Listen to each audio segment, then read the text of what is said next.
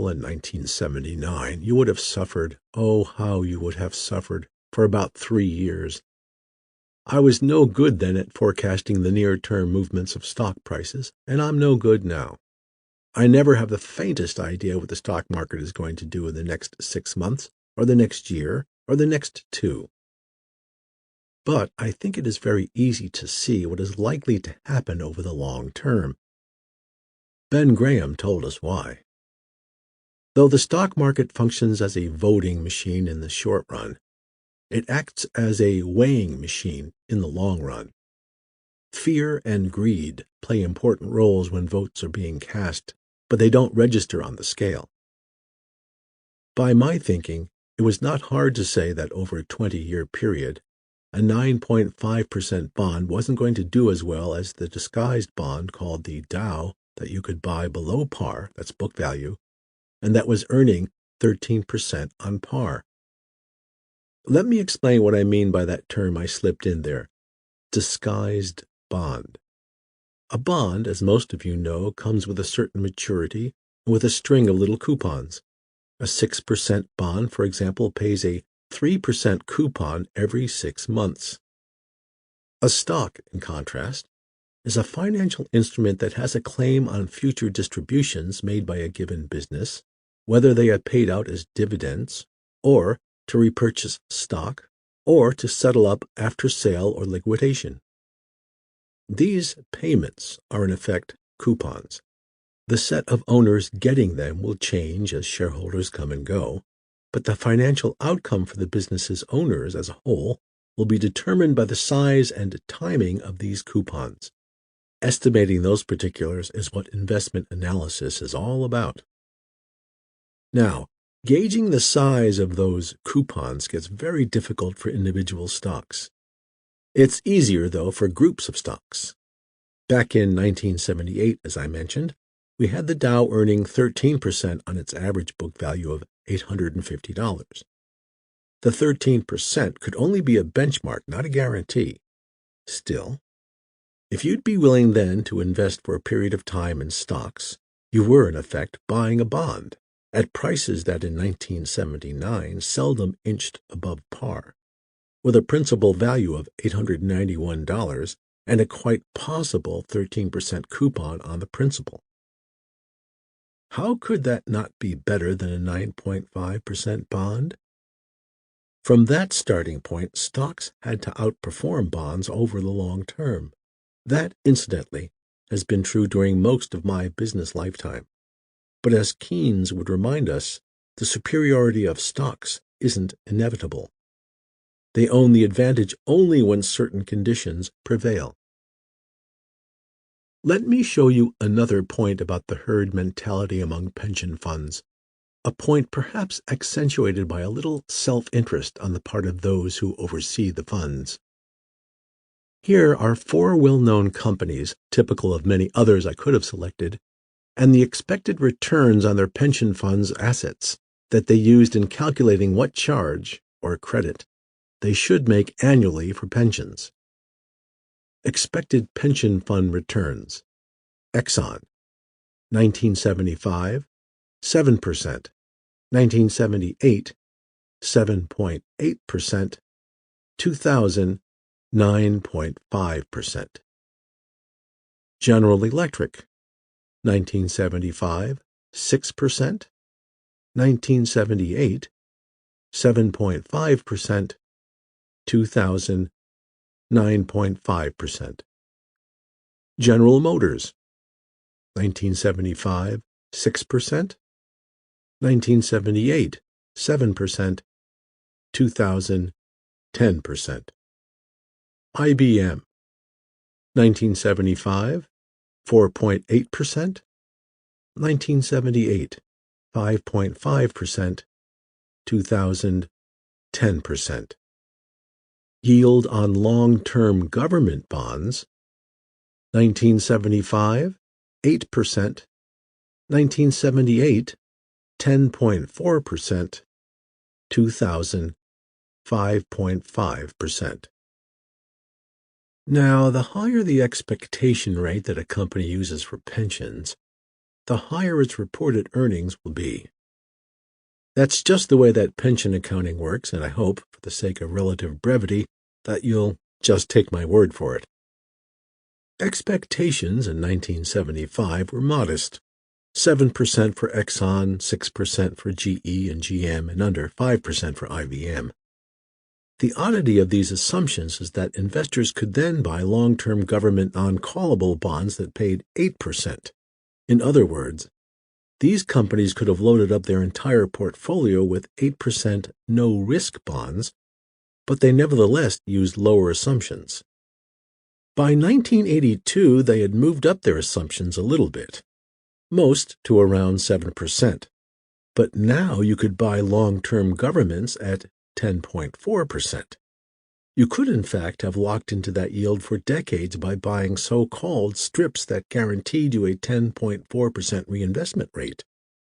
In effect, your idiot nephew could have managed the fund and achieved returns far higher than the investment assumptions corporations were using.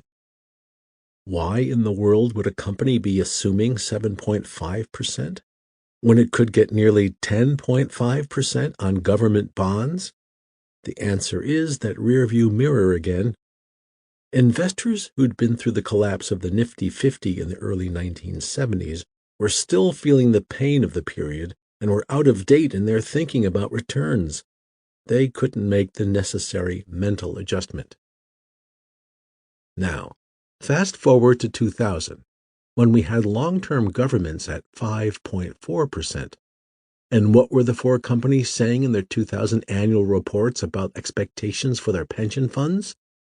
They were using assumptions of 9.5% and even 10%. I'm a sporting type, and I would love to make a large bet with the chief financial officer of any one of those four companies, or with their actuaries or auditors, that over the next 15 years, they will not average the rates they postulated. Just look at the math for one thing. A fund's portfolio is very likely to be 1/3 bonds on which, assuming a conservative mix of issues with an appropriate range of maturities, the fund cannot today expect to earn much more than 5%. It's simple to see, then, that the fund will need to average more than 11% on the 2/3 that's in stocks to earn about 9.5% overall. That's a pretty heroic assumption, particularly given the substantial investment expenses that a typical fund incurs. Heroic assumptions do wonders, however, for the bottom line. By embracing those expectation rates, these companies report much higher earnings, much higher, than if they were using lower rates. And that's certainly not lost on the people who set the rates. The actuaries who have roles in this game know nothing special about future investment returns. What they do know, however, is that their clients desire rates that are high, and a happy client is a continuing client. Are we talking big numbers here? Let's take a look at General Electric, the country's most valuable and most admired company. I'm a huge admirer myself. GE has run its pension fund extraordinarily well for decades, and its assumptions about returns are typical of the crowd. I use the company as an example simply because of its prominence. If we may retreat to 1982 again, GE recorded a pension charge of $570 million. That amount cost the company 20% of its pre-tax earnings. Last year, GE recorded a $1.74 billion pension credit. That was 9% of the company's pre-tax earnings, and it was 2.5 times the appliance division's profit of $684 million. A $1.74 billion credit is simply a lot of money. Reduce that pension assumption enough, and you wipe out most of the credit. GE's pension credit, and that of many other corporations, owes its existence to a rule of the Financial Accounting Standards Board that went into effect in 1987. From that point on, companies equipped with the right assumptions and getting the fund performance they needed could start crediting pension income to their income statements. Last year, according to Goldman Sachs, 35 companies in the S&P 500 got more than 10% of their earnings from pension credits, even as, in many cases, the value of their pension investments shrank. Unfortunately, the subject of pension assumptions, critically important though it is, almost never comes up in corporate board meetings. I myself have been on 19 boards, and I've never heard a serious discussion of the subject. And now, of course, the need for discussion is paramount, because these assumptions that are being made, with all eyes looking backward at the glories of the 1990s, are so extreme. I invite you to ask the CFO of a company having a large defined benefit pension fund what adjustment would need to be made to the company's earnings if its pension assumption was lowered to 6.5%. And then, if you want to be mean, ask what the company's assumptions were back in 1975 when both stocks and bonds had a far higher prospective returns than they do now. With 2001 annual reports soon to arrive, it will be interesting to see whether companies have reduced their assumptions about future pension returns, considering how poor returns have been recently and the reprises that probably lie ahead. I think anyone choosing not to lower assumptions, CEOs, auditors, and actuaries all, is risking litigation for misleading investors. And directors who don't question the optimism thus displayed simply won't be doing their job. The tour we've taken through the last century proves that market irrationality of an extreme kind periodically erupts, and compellingly suggests that investors wanting to do well had better learn how to deal with the next outbreak. What's needed is an antidote, and in my opinion, that's quantification. If you quantify, you won't necessarily rise to brilliance, but neither will you sink into craziness. On a macro basis, quantification doesn't have to be complicated at all. Starting almost 80 years ago, let's look at the market value of all publicly traded securities as a percentage of the country's business, that is, a percentage of GNP. The ratio has certain limitations in telling you what you need to know. Still, it is probably the best single measure of where valuations stand at any given moment. Nearly 2 years ago, the ratio rose to an unprecedented level. That should have been a clear warning signal. For me, the message is this. If the percentage relationship falls to the 70% or 80% area, buying stocks is likely to work very well for you. If the ratio approaches 200%, as it did in 1999 and a part of 2000, you are playing with fire. As you can see, the ratio was recently 133%. Even so, that is a good-sized drop from when I was talking about the market in 1999. I ventured then that the American public should expect equity returns over the next decade or two, with dividends included and 2% inflation assumed, of perhaps 7%. That was a gross figure, not counting frictional costs such as commissions and fees. Net, I thought returns might be 6%. Today, stock market hamburgers, so to speak, are cheaper. The country's economy has grown and stocks are lower, which means that investors are getting more for their money. I would expect now to see long-term returns run somewhat higher, in the neighborhood of 7% after costs. Not bad at all. That is, unless you're still deriving your expectations from the 1990s. The MASH Note Everybody Wants. September 16, 2002. A Sidebar by Jerry Useem. The following sidebar ran in a post-Enron article describing the rush of corporations to make themselves into model institutions. What are the most coveted words in corporate America today? That's simple. Sincerely, Warren. With companies competing to clean up their act, a letter of praise from super investor Warren Buffett has become the ultimate good housekeeping seal of approval. General Electric got one for announcing it would expense stock options. For long, GE has brought good things to life, Buffett wrote. Now GE has brought good things to accounting. Standard & Poor's got one too for its new core earnings measure. Your move is both courageous and correct, Buffett wrote in his letter, which S&P liked enough to post on its website. In the future, investors will look back at your action as a milestone event. Other lucky recipients have included Bank One and Amazon. He's the only person or entity out there that still has an unblemished reputation, says S&P analyst Robert Friedman.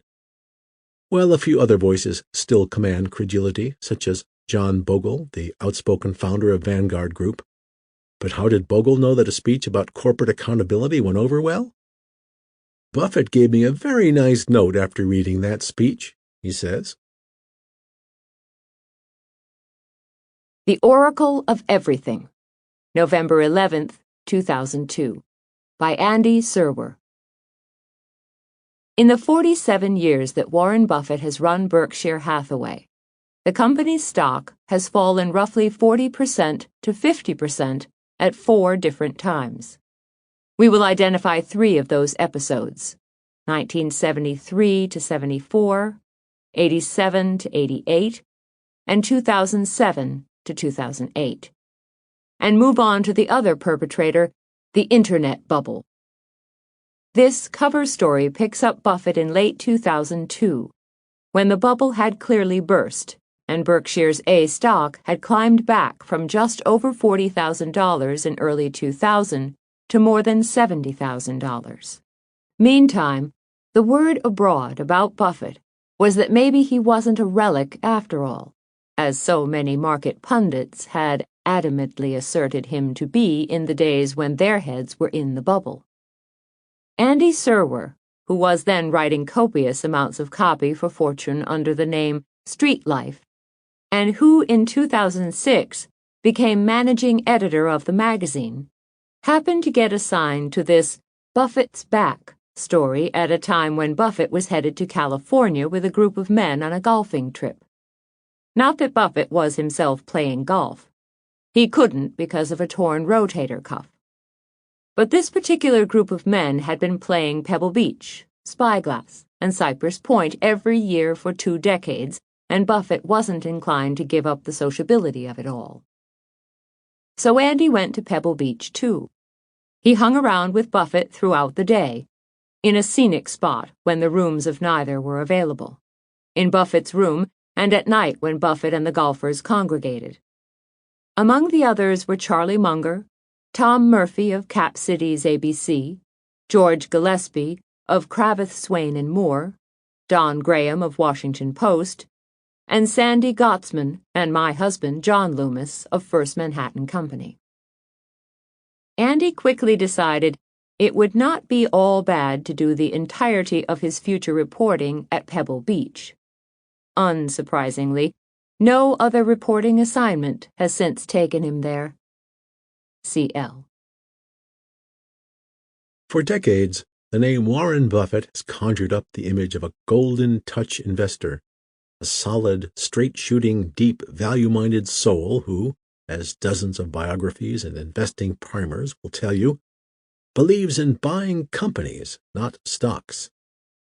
His effect on the stock market rivals that of Federal Reserve Chairman and U.S. presidents. His investing style is studied and copied by legions of acolytes from Wall Street to small-town America. His missives in Berkshire Hathaway's annual reports are read and cited as if they were the gospel itself. So, it is a little strange, to say the least, to see the man, Warren Buffett, up close in his PJs. It is a sumptuous California morning, and I am sitting with the 70-year-old Buffett in his spacious ground-floor suite at the lodge at Pebble Beach. Outside, the October sun is brilliant. The view of Carmel Bay is glorious. The 18th green frames the scene to the right. A large cypress tree stands to the left. As for the Oracle of Omaha, well, he's kicked back, picking at a room service omelet, lounging around in a white terry cloth bathrobe and pastel blue pajamas. Fittingly, for such left coast perfection, we are talking about the tech bubble of the century just ended. It was a mass hallucination, Buffett says, by far the biggest in my lifetime. Scary stuff, yet Buffett looks hardly perturbed. There is no self-regret on his face. Maybe that's because he wasn't a party to any of that malarkey, the bubble or its popping. Which brings us to another facet of Buffett, and that's the fact that he not only has been dead on with the vast majority of his investments over time, but has also, in his own calm, self-effacing, almost goofy way, been right about much else. Right on his views about corporate governance, right about stock options and accounting reform, right about the demise of corporate ethics, uncannily right about the stock market. Indeed, he has been right on those fronts for years. What has changed during the recent months of corporate scandal, a soggy economy, and a vicious bear market is that the rest of the world seems to be coming back around to the Buffett worldview. Take that a step further. More and more people seem to be expecting, or at least hoping, that he will step in and save them from their own past mistakes. Because he controls, through his company Berkshire Hathaway, one of the most liquid sources of capital on earth, Buffett has recently been able to step up and buy chunks of American businesses, especially in hard-hit sectors like telecom, utilities, and energy.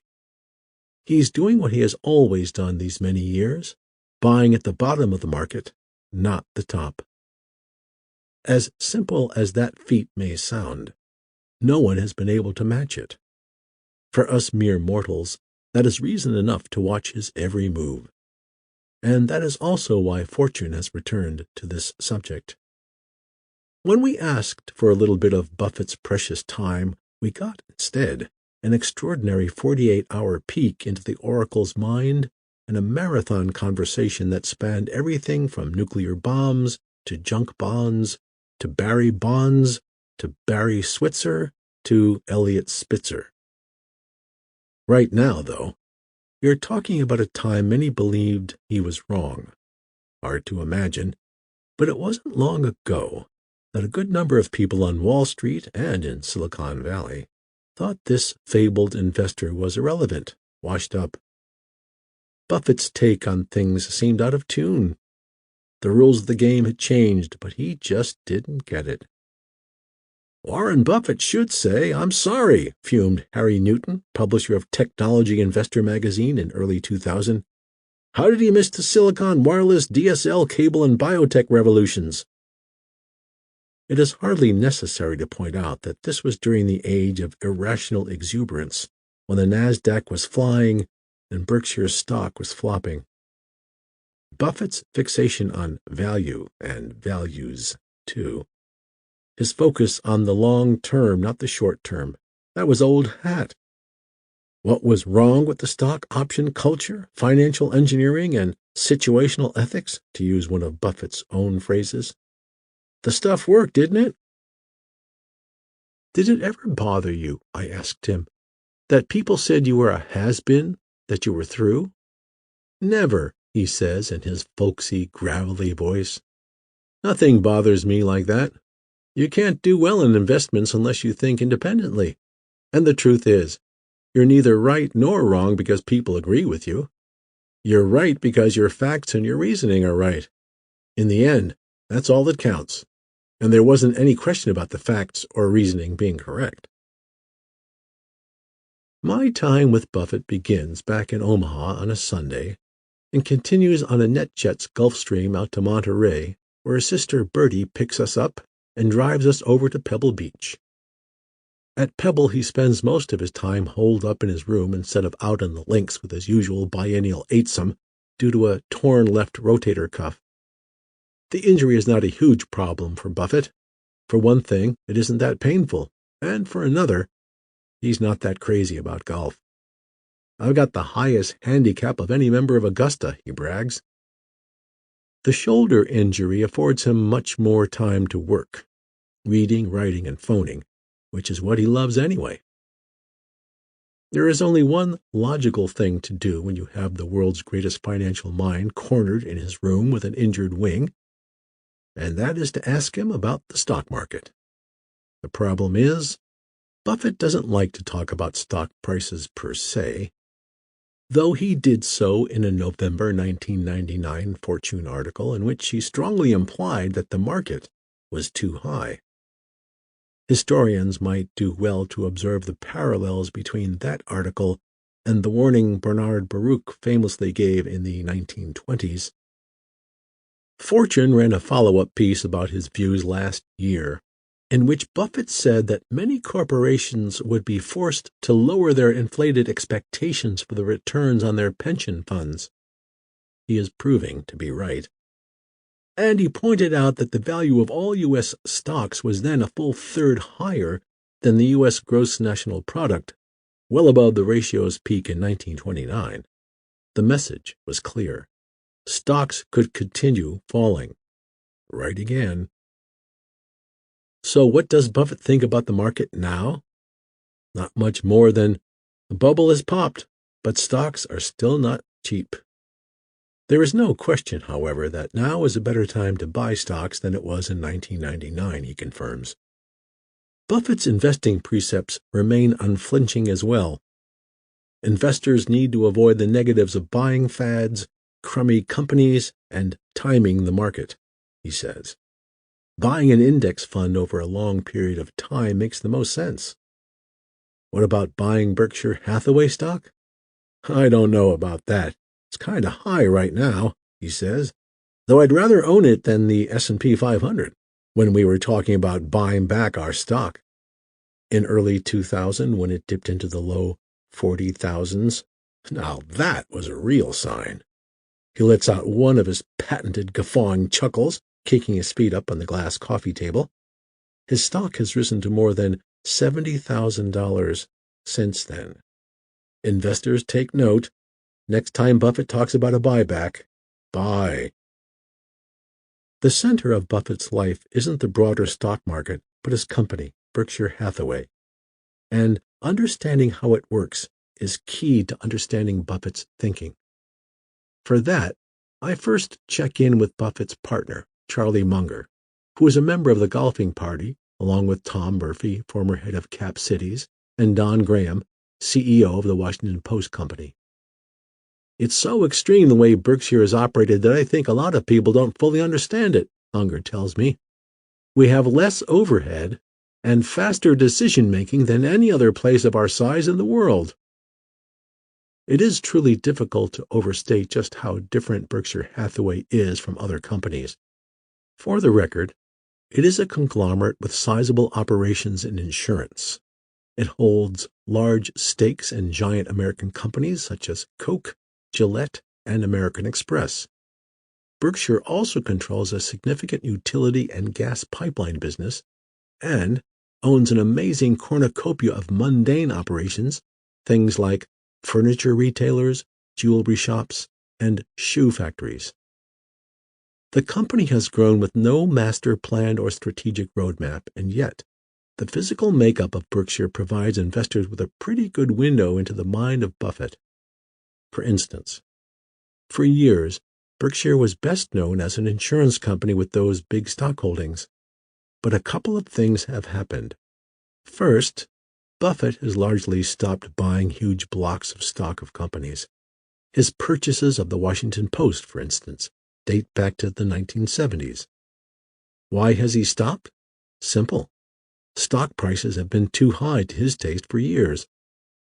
I bought my first stock 60 years ago, Buffett says, and of those 60 years, probably 50 have been attractive to buy common stocks. In probably 10 years, I've not been able to find anything.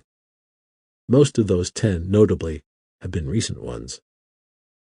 Instead, Buffett has shifted to buying entire companies, often of the old economy and private variety, many of which were selling cheap during the tech boom.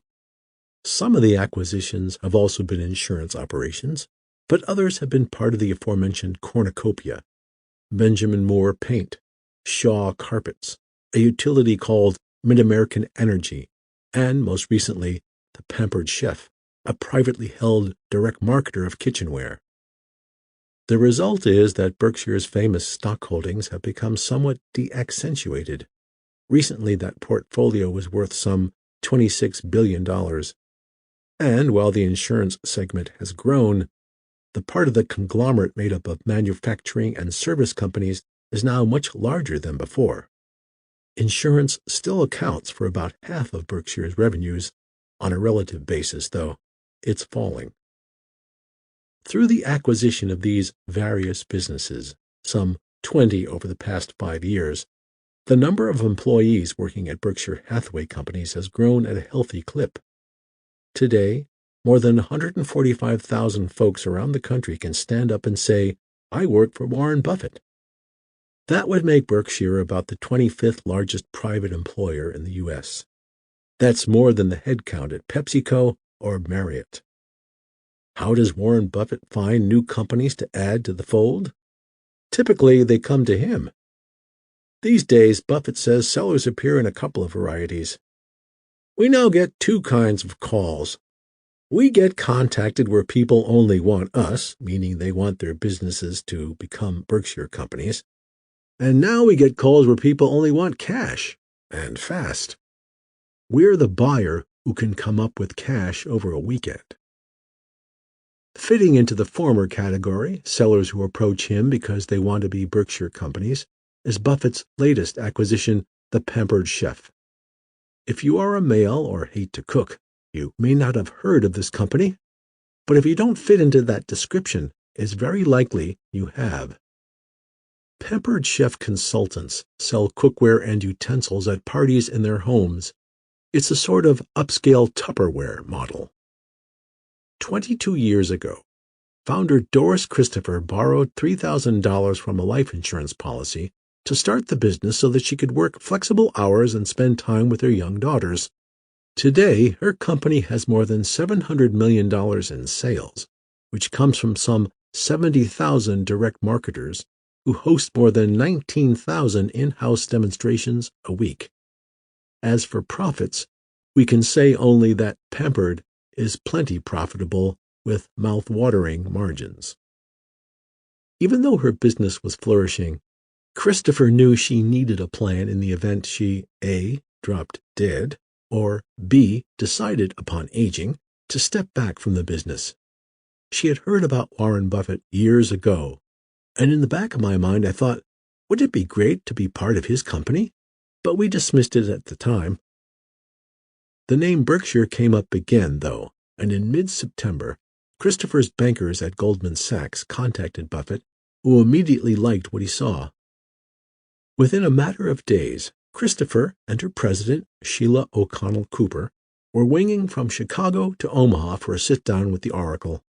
I could tell that in a few minutes, and Doris could tell in a few minutes, that we were made for each other, says Buffett, who made her an offer on the spot. He positively gushes when he talks about the Pampered Chef. I didn't know the name 2 months ago, but I could tell that Doris and Sheila love running the business. All I have to do is not get in their way. It's a better story than I am. Well, not quite. For Buffett, though, this story has all the right plot lines. Pampered is a proprietary, high-margin, growing franchise, and one that's already big to start with. The fact is, size matters to Buffett. That's because Berkshire is actually growing pretty fast and is a heck of a lot bigger than it was 10 years ago. Annual revenues have grown from $3 billion to nearly $38 billion over that time, with most of that growth having come from acquisitions like Gen Re and Shaw. They said that Berkshire wasn't scalable, scoffed the 79-year-old Munger. Well, they were wrong. While Berkshire clearly has grown and will grow still, Buffett's acquisition diet is limited mostly to big fish. With a few exceptions, a company must now have some $50 million in pre-tax profits for Buffett to even consider buying it. That is why he tells me that he may broaden his search for great companies to other countries. The reason is simple. An acquisition needs to be plenty large to have any impact on Berkshire's bottom line, a line, we should point out, that tends to be somewhat erratic. That's partly because in any given year, Berkshire may be taking huge capital gains, a factor that makes following the company's net earnings on a short-term basis a rather fruitless exercise. Example, because of insurance losses from September 11th, last year's earnings plunged 76% to $795 million, matching the company's profit tally in 1995. But in 2000, earnings more than doubled to $3.3 billion. If those kinds of gyrations bother you, look elsewhere. Buffett is interested only in investors who have a long-term horizon. One evening in Pebble Beach, Buffett invites me to join him and his crew over at his sister Bertie's cozy house in nearby Carmel to have dinner. It's a casual get-together, a few drinks and a buffet supper, with Bertie's beloved San Francisco Giants playing on a big screen TV. The talk here is much the same as it is with any group of guys. A lot of sports, which Buffett can do with the best of them, though a pained look flashes across his face when I remind him that his Nebraska Cornhuskers are out of the top 25 for the first time in decades. At one point during the evening, Buffett, his ever-present cherry Coke in hand, leans over and says to me, "For me, Mid-American started here, in this house." He is referring to what is likely to be the next cornerstone of Berkshire, Mid-American Energy Holdings Company, an electric power and gas pipeline utility based in Des Moines. "No, I didn't know," I say to him. "Could he explain?" Almost exactly 3 years ago, it seems, Bertie was having another party for her brother and a different group of pals. One of the guests was Walter Scott, chairman of the Telco Level 3, and also former CEO of Peter Kywit's Sons, the large Omaha construction firm. Walter pulled me aside and asked if he could speak with me for a minute in another room, Buffett says. He talked about this public utility company called Mid-American that he was into, which wasn't going anywhere. They had tried to explain the business to Wall Street, but the analysts didn't like it because they were looking for companies like AES or Calpine that had what was called deal velocity, meaning they were doing a lot of deals. Walter said they were thinking of taking Mid-American private and asked if I would be interested. I said yes. You have to remember that at that point, many utility stocks were just as hot and overhyped as internet incubators or B2B stocks.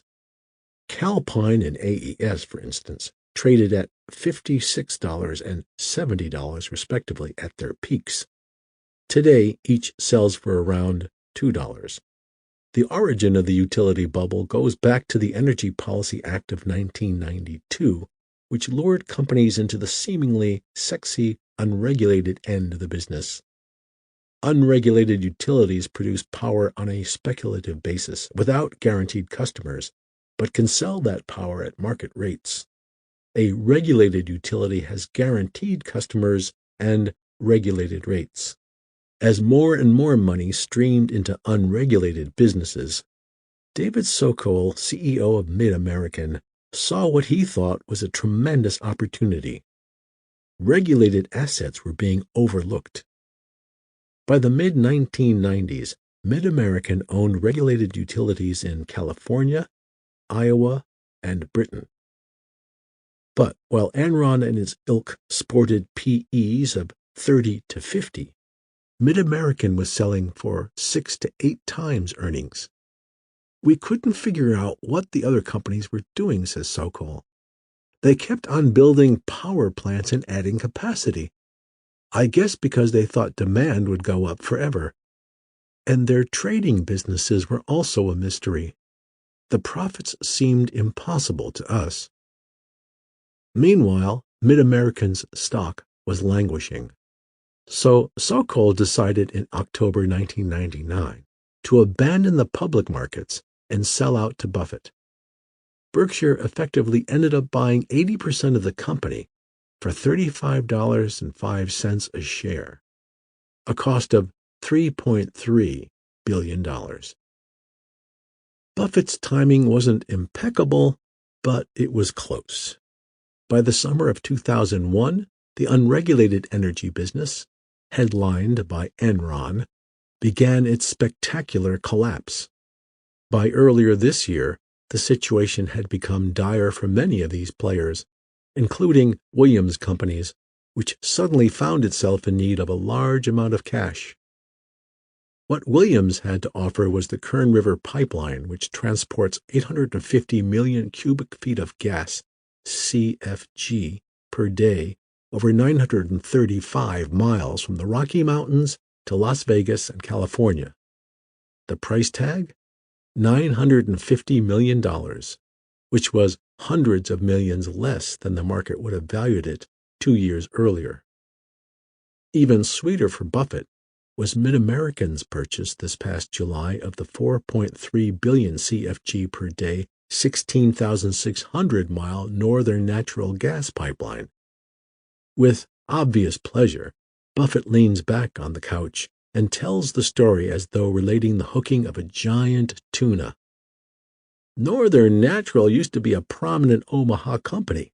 In 1986, a guy came up from Houston with a smaller company and said, "Let's merge, and I'll come to Omaha." Most people in Omaha feel they got double-crossed because within 6 or 8 months, the company had gone back to Houston. Of course, the guy from Houston was Ken Lay, and the company became Enron. When Enron got in trouble a year ago, they made this deal with Dynegy, where Dynegy puts in $1.5 billion, and they, more or less, got Northern Natural as collateral.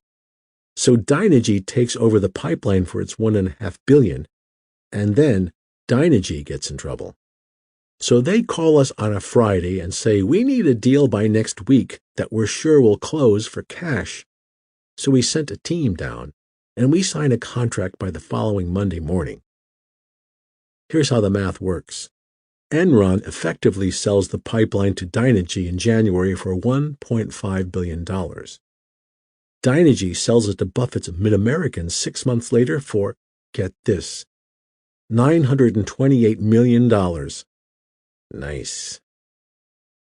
MidAmerican now transports about 10% of the nation's gas. It may be that we'll never make another deal, but it could be a very big company, Buffett says. MidAmerican is useful because it is big scale, as in potentially very big scale. Berkshire could ultimately end up investing some $10 billion to $15 billion or more in this company. If that sounds like a mammoth sum, consider that Berkshire now generates some $5 billion in cash flow annually from its investments, insurance, and operating companies. "We've got $100 million a week that I have to figure out what to do with," he says. "It's a happy problem, but it's a problem, especially if I do something dumb with it. And that's easy to do." After dining at Bertie's house, Don Graham, Buffett, and I pile into Graham's rented Ford Taurus, and we begin to try to find our way back to Pebble Beach. Easier said than done. It's pitch black, and I'm in the back seat with a map trying to navigate. "I'm glad Don's driving," says Buffett as we wend our way through Pebble Beach's myriad dark ocean roads. "I don't like driving at night. Don't see that well at night." Yes, the man is mortal, even getting on in years. He has $100 million a week to figure out how to invest, but he has trouble driving at night. Earlier in our visit, Buffett had me in stitches with off-color palindromes. Sorry, but this is a family magazine. Can this be the same public citizen who pens op-ed pieces in the New York Times on the slipperiness of stock option accounting? Another seeming contradiction. The man whom shareholders count on to defy gravity time and again is telling those same shareholders that gravity always wins. Partly because of Berkshire's ever-increasing size, Buffett had been warning his Berkshire flock for years that the future performance of their company's stock couldn't match the spectacular returns of the past. The future became now in 1999, when Berkshire posted its worst relative return ever. The metric Buffett likes to use to gauge his performance is comparing the annual change in the per-share book value of Berkshire with the total return of the S&P 500. In 1999, Berkshire's book value nudged up 0.5%, while the S&P soared 21%, ergo relative underperformance of 20.5 percentage points. Since then, the company has reverted to its outperforming ways, although 2001 produced another Berkshire anomaly. It was the first year ever that Berkshire's book value declined. The 6.2% drop was due in large part to the fact that Berkshire's insurance operations lost more than $2 billion in the September 11th terror attack on the World Trade Center. That's the bad news. The good news is that because of September 11th, pricing in the insurance business has firmed up, meaning the cost of coverage has risen, which is potentially good for the bottom line of Berkshire's insurance operations. Recently, there have been rumors in the market that Berkshire will buy Employers Re, GE's reinsurance business. With the S&P down some 20% year to date, and Berkshire's operations mostly purring along as of June 30th, Berkshire's book value was up 7.6%. Another year of relative outperformance seems likely. As for Berkshire's stock, well, it has certainly held its own recently. On March 10th, 2000, the Nasdaq peaked intraday at 5,132. That same day, Berkshire hit a multi-year low of $40,800. Recently, the Nasdaq traded for 1,270, down 75%, while Berkshire traded for $74,000, up 81%. And, of course, BRK has beaten up on the S&P 500 over the past 1, 2, 5, 10, 15 years, you name the period. The week after my visit with Buffett, I spent time speaking with some of the CEOs of Berkshire's companies. They number close to 40 now, and Buffett happily points out that in Berkshire's 38 years, not a single one has elected to leave the fold to go work someplace else. This, in part, has to reflect an underrated aspect of Buffett's managerial prowess, his people skills. He is the best judge of human talent there is, says Rich Santulli, who heads up NetJets, a company that leases fractional shares of aircraft, and people want to work for him. Judging by the success of Buffett's companies, Santulli has a point. It is a remarkable group of CEOs, impressive not only in their ability but also in their love of work. There are several octogenarians in the group, including Al Yulschi, 85, CEO of Flight Safety, and Frank Rooney, 80, at shoe company H.H. Brown.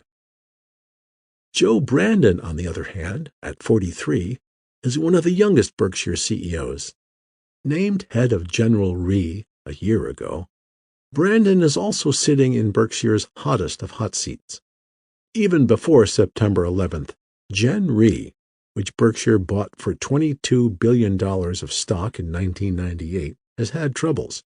Its underwriting has been undisciplined, its returns subpar. Buffett has gone so far as to apologize to shareholders for the company's performance. "So, Joe, how's the old man been treating you?" "He has been supportive in every way," insists Brandon. "Yes, you are working for one of the smartest guys in the world, so you better be prepared. But people just don't understand what a great manager he is." Brandon's point is dead on and again unrecognized. In part, this is because of Buffett himself. "I just buy the businesses and get out of the way," Buffett says over and over. Well, not exactly.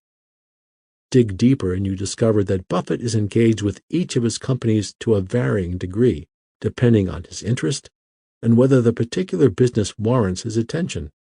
For instance, Brandon says that he speaks to Buffett up to a couple of times a week, But Buffett talks to Agent Jane, head of Berkshire's other reinsurance operations, every day. That is not because Jane is doing a bad job. On the contrary, Buffett will tell you that Jane is one of his ablest executives. It's just that insuring jumbo risks, the Olympic Games, for instance, has major financial implications for Berkshire. It's also true that pricing insurance for huge pieces of business like this happens to be a discipline that Buffett loves dearly. As for some of his other companies, here's what Buffett says. Geico sends me figures every Tuesday. Internet hits, business closed on the internet, telephone inquiries closed. I love all that. Shaw sends me the daily sales figures by fax. And around Christmas, the month before, I like to get daily sales figures from our jewelry stores and from our candy business. Even with the staggering pile of numbers that Buffett sifts through, and even though he works like the Dickens, Buffett is no type A boss. Yes, I need roller skates to keep up with him, says Debbie Bosanek, his secretary of 9 years, but I've never seen him get mad. I don't think he'd like to be lied to, though. If you make a mistake and tell him about it, that's okay, but you wouldn't want to cover it up. Adds Tom Murphy, the founder of Cap Cities. He wakes up every morning and goes to work to have fun. It's not work.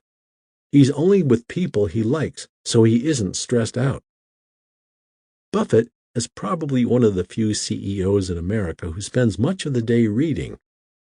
Buffett doesn't email, and there are no time-squandering meetings at Berkshire's headquarters. Warren gets blinding headaches if he sits in a room full of people around a table, and a lot of people are saying dumb things on and on, says his partner Charlie Munger. Buffett and Munger, who have been together 40-plus years, used to talk all the time, but less so now. By now, Warren knows pretty much everything I think. Once in a while, I'll know something that's useful to him. The bottom line is that Buffett's ability to allocate his time and brainpower among all these various businesses is as impressive as his vaunted ability to allocate capital. Most super smart people tend to make things more complicated, says Don Graham of the Washington Post Company, where Buffett sits on the board. He has an extraordinary ability to state things clearly and make them simple. But wait a minute, stop the music. There must be some people out there who don't like the guy, right? Well, sure. A long list, actually. Buffett has lobbied hard for expensing stock options, so the Silicon Valley crowd aren't big fans.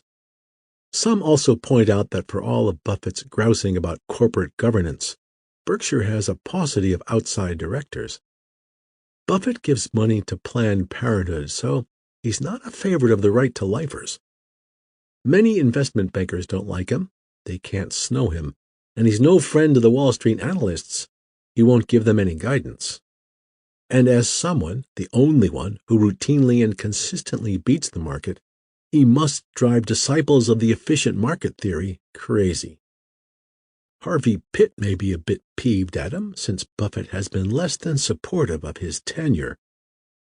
And then there's the matter of the 16,712 votes cast earlier this year against Buffett for director of Berkshire. For the record, he received 1,140,816 votes in his favor. Overall, though, Buffett's stature has never been loftier, and he is using that prominence to weigh in on significant economic and political issues. In addition to the stock option fight, for instance, he has been vocal in his support for a federal terrorism insurance fund similar to the FDIC. Nuclear attack could bankrupt the insurance industry, he says. The federal government would have to bail out the country anyway. Why not create this fund before something happens rather than after the fact? If talking about nuclear destruction on the 6th green at Pebble Beach is incongruous, doesn't seem to bother Buffett. A nuclear bomb, he says, is the ultimate depressing thing. It will happen. It's inevitable. I don't see any way that it won't happen. But we can reduce the probabilities. If there's a 10% probability of something happening in a given year, and I don't know if that's the right probability, nobody knows, then the chances that it will happen in 50 years are 99.5%. If you get it down to 3%, there is about a 78% chance. If you get it down to 1% per year, there's about a 40% chance. So reducing the probabilities per annum of anything happening obviously increases the chance significantly that your kids will get through their lifetimes without this happening. You can't get rid of the knowledge. You can try to control the materials. You'll never get rid of the intent. It is the ultimate problem of mankind. Late in the afternoon, as the setting sun gilds the back nine outside Buffett's window, I ask him the inevitable question of succession. Or, put it less delicately, what happens when he dies? Buffett has been through this a million times, and he has a million lines. I hope the stock doesn't go up too much, being one of his favorites. But this time he turns serious. Look, this company is going to outlast me for years to come, he says. These businesses are going to run for 50 years. We have a great team of managers. They know how this company works. It's pretty simple, really. Really? Well, this is one time I beg to differ. It's not so much the operational businesses that are a problem. Presumably, those managements would stay and continue their money-coining ways. And never mind that the insurance businesses are pretty darn complicated. It's the capital allocation skills of Buffett's that would be so hard to replicate. Even Buffett's friends privately wonder about filling those shoes. As for Buffett's family, they are connected to Berkshire today and Berkshire tomorrow in various ways.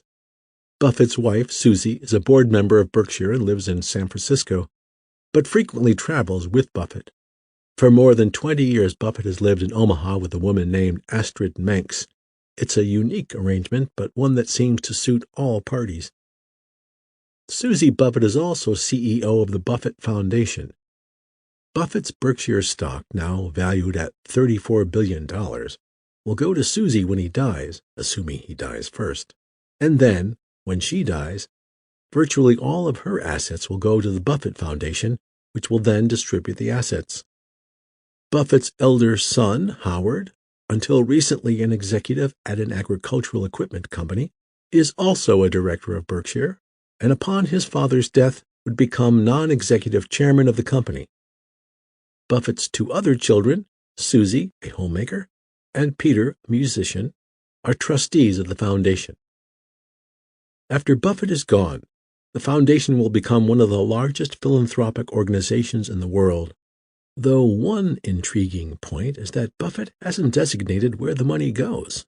The trustees of the foundation will have full discretion over that disbursement. For now, that may be the only part of Buffett's glorious legacy that isn't yet crystal clear. A letter from Fortune's Letters column, February 17, 2003. The bold type in Playing the Dividend Market, Investor's Guide 2003, December 9, saying, "Not just any dividend payer is a good investment. Many of the most tempting are quite risky," rang a very loud bell. In January 1956, I bought some shares in a textile company because it appeared to be paying an 8.5% dividend.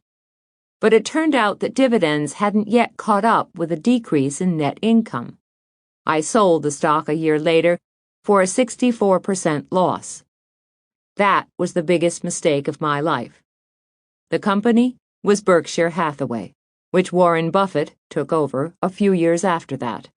Please don't tell me what the stock I sold is now worth. Robert H. Paschal, Bishop, California. Avoiding a Mega Catastrophe, March 17, 2003. An excerpt from Buffett's letter to shareholders in the 2002 Berkshire Hathaway Annual Report. Quote, "Financial weapons of mass destruction." That Buffett blast at derivatives, a phrase soon to become famous around the world, made its inaugural public appearance in Fortune as we published this excerpt from Berkshire's 2002 annual report a short time before the report itself came out. But then, in the mid-2000s, just in time for the financial crisis, Buffett bought a range of derivatives contracts for Berkshire, many of them appearing to take large amounts of risk with its money. The situation is further complicated by the fact that Charlie Munger, were he boss of the financial world, would banish all derivatives, whose social value he thinks to be far less than zero. Shall we say that all of this left many Berkshire shareholders deeply confused, and some angry, as proved by a few rancorous questions at annual meetings? A beginning explanation for this puzzle is that Buffett believes derivatives, just like other securities, can be safely bought if the buyer truly understands both risk and pricing. Buffett, displaying a confidence built on experience, feels himself able to handle both challenges. He has in fact gone gleefully through life trying to spot mispricing wherever it occurs, in stocks and businesses, of course, but also in bonds, commodities, currencies, and even television stations. No one can say that his detective work has been unsuccessful. Its controversial extension in recent years to derivatives may therefore be easy to explain as just one more expedition into a land of mispricing, one more lovely garden to tend. And then, of course, if you're Buffett and you see something terrific, you have to act. I do not believe that Buffett is capable of ignoring mispriced securities.